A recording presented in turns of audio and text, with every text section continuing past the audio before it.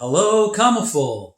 This is Screenwriter Phillip E Hardy, and you're about to get a crash course on how to write your first feature screenplay. A little bit about my background. I have competed in many film festivals, and I've placed in one at 150 competitions and script contests. I also have 10 option and right to shop agreements, and my material has been in front of people like Martin Scorsese, Millennium Films, Paramount Studios, Bob Zemeckis, and many others. I'm going to talk to you about the basics of screenwriting. So the first thing that you may want to consider is get yourself a good book on how to write a screenplay. This one here is a book I bought about 7-8 years ago called The Hollywood Standard by Christopher Riley.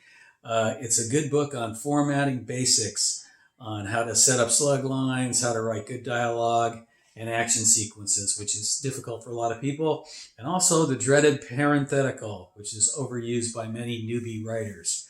There are many other book options like the Screenwriter's Bible and the 90-Day Screenplay. In any case, the next step would be selecting screenwriting software. I use Final Draft, which is one of the industry standards. However, there is a lot of people in the marketplace coming out.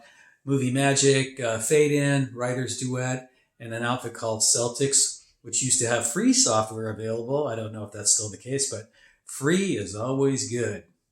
After you've purchased your software, you get it set up, and you're reading the manual on how to use it, and you get stuck. What I did is I went online, and YouTube has videos on how to use every kind of software there is. So I found a nice 30-minute video on how to use Final Draft, and a half hour later, I was working on my first screenplay. The next thing I'd like to talk about is picking a topic for your screenplay. A lot of people will tell you to write what you know about, because that way your writing will feel legitimate. It'll ring true.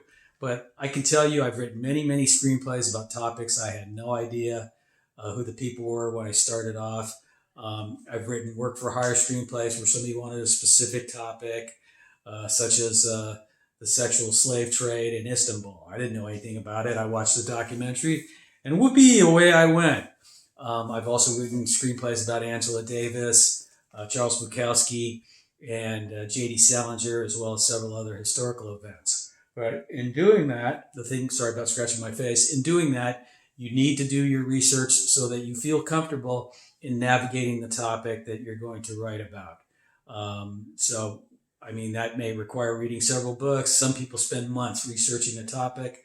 I can tell you I've never spent more than a week or two researching anything that I've written about.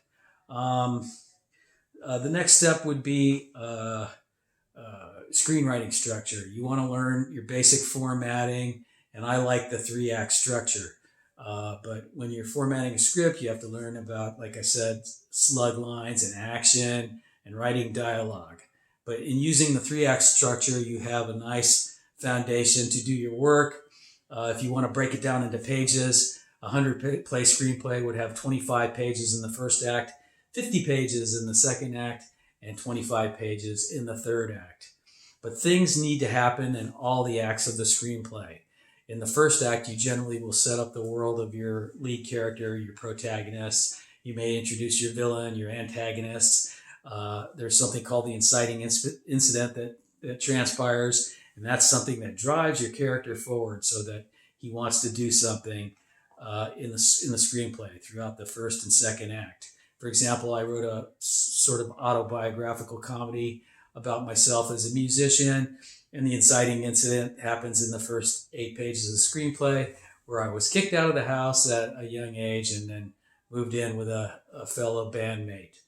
The second act, the character will set out to accomplish his goals, as in the case of my protagonist in the musician screenplay I wrote. He's working with a band that's on the cusp of success, but he meets a big rock star who offers him a gig going on tour for big money. So he has that conflict. He has to decide whether or not he's going to leave his friends and his best friends in the band. And so he has to face the music there, and his friends are upset with him, and he still goes on and does the tour. But in the third act, he recovers. He comes back. He's able to have his cake and eat it too. He gets the girl, and also he rejoins his band later on after going on tour with the big rock musician. That's kind of like the way the structure breaks down, but things are always happening. Good screenplays need conflict, and you don't have time to bore professional readers that include agents, managers, and producers. Writing economically is also very important to me. I read a lot of dense screenplays that bore the hell out of people, and I don't like big monologues of dialogue. I believe in ping pong dialogue, maybe one or two lines going back and forth, making your dialogue realistic and conversational. It makes it much more believable.